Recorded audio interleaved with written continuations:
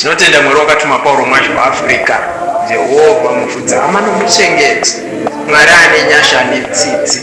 Mwari atendera kuti tive negumano munyika yedu yeMatabeleland richange rino mumiririri womutumwa muprista ari pakati pedu panguva dzino dzokupera, Bishop IT Mwaza nacheyane wechechi ravapostori vaAfrica pasi rose, Bishop LC Mwaza noutungamiri hweboard of trustees ruvimbo rwakatumwa vachange vari munyika ino yeMatabeleland nesabata musi wa 9 December 2023 mubulawayo kuCowdry Park paVimhlope High School.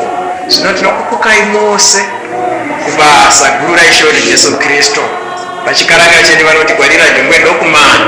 Zvino uyai kuzonzwa mashoko oruponeso, muzogamuchira simba idzva, mugogona kukunda hondo dzose dzirima. Zvinokukai shamwari nehama dzenyu mose, muvaudze nezvokutumwa kwaPauro mwazvo waAfrica naJesu anouya zvino zvino. Tinotenda.